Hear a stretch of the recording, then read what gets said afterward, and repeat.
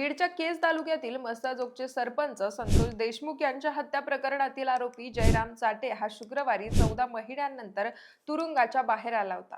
2 मार्चला त्याच्या भावाचं निधन झालं होतं आणि या घटनेनंतर भावाच्या 12व्याच्या धार्मिक विधीकरिता जयराम चाटेला न्यायालयानं त्याच्या तांबवा या गावी जाण्यासाठी काही तासांची परवानगी दिली होती. पण दुसरीकडे या आरोपीच्या बाहेर येण्यामुळे बीडमधील कायदा व सुव्यवस्था बिघडण्याची भीती व्यक्त करण्यात येत होती. आणि अगदी तसाच प्रकार जयराम चाटे बीड जिल्हा कारागृहातून बाहेर यायच्या एक दिवस आधी घडला. 12 मार्चला तांबवा या गावी आरोपीच्या गँगनं मोठा राडा घातला.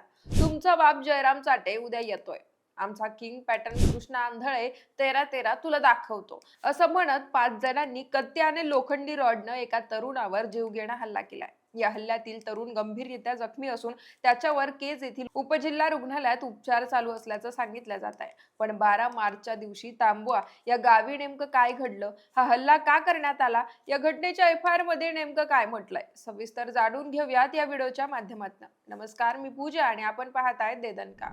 मंडळी, केज पोलीस ठाण्यात दाखल केलेल्या FIR मध्ये सांगितल्याप्रमाणे आरोपींनी नरसिंग उर्फ संग्राम अभिमान चाटे या 25 वर्षीय शेतकरी तरुणावर जीवघेणा हल्ला केला.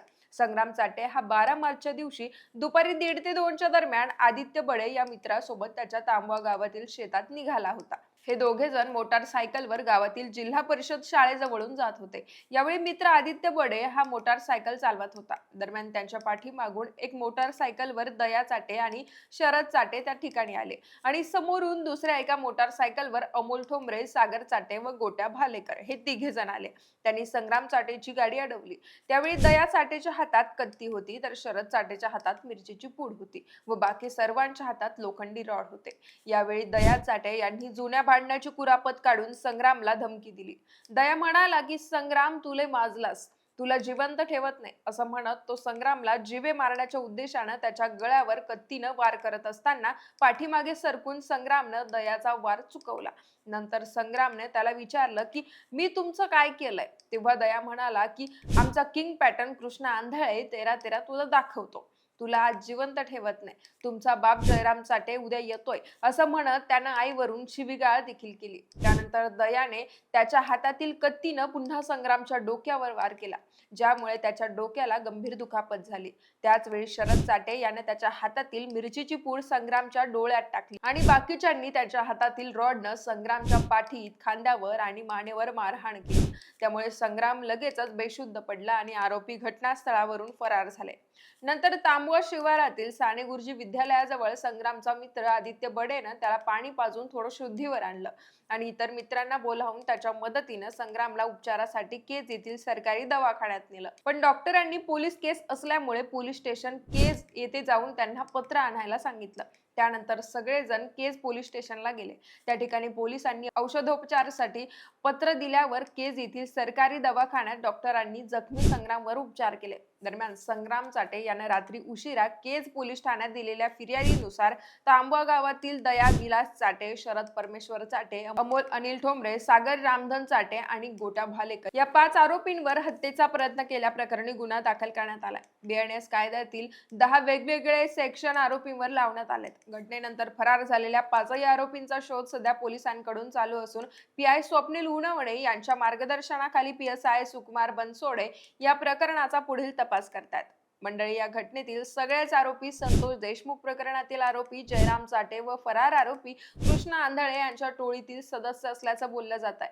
त्यामुळे संग्राम चाटे या तरुणावरील जीवघेण्या हल्ल्यानंतर बीडमध्ये चांगलीच खळबळ उडाली आहे. यावरून देशमुख प्रकरणातील आरोपींची दहशत अजूनही कायम असल्याचं बघायला मिळत आहे. तर दुसरीकडे 13 मार्चला भावाच्या धार्मिक विधीसाठी तुरुंगाबाहेर आलेला आरोपी जयराम चाटेचा एक व्हिडिओ सोशल मीडियावर व्हायरल होतोय, ज्यात त्याला सकाळी पोलिसांच्या कडक बंदोबस्तात तुरुंगाबाहेर आणलं जात आहे. व्हिडिओमध्ये जेलच्या बाहेर येताना आरोपी जयरामच्या रूपात मोठा बदल झालेला देखील दिसून येतोय.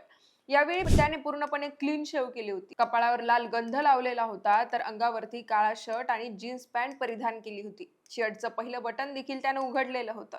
याशिवाय त्याच्या पायात महागडी चप्पल देखील दिसून आली. महत्त्वाची गोष्ट म्हणजे गंभीर हत्या प्रकरणातला तो आरोपी असूनही त्याच्या चेहऱ्यावर कोणतंही टेन्शन किंवा भीती दिसून आली नाही.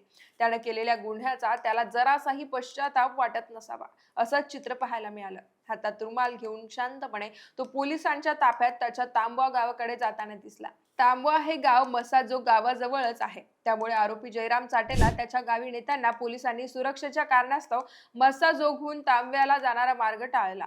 त्याला धारूर मार्गे दुसऱ्या रस्त्यानं पोलीस घेऊन गेले व त्याच रस्त्यानं येताना परत आणलं.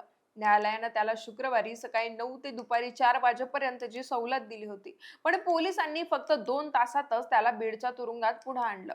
मंडळी, आरोपी जयराम चाटेचा जेलबाहेर येतानाचा व्हिडिओ अनेकांनी पाहिला आणि त्यानंतर बीडच्या तुरुंगात त्याची चांगलीच खातरजमा होत असल्याच्या चर्चा समोर येऊ लागल्या. बाकी त्याच्या या सोयीबद्दल आणि संग्राम चाटे या तरुणावरील जीवघेण्या हल्ला झाल्याच्या घटनेबद्दल तुम्हाला काय वाटतं?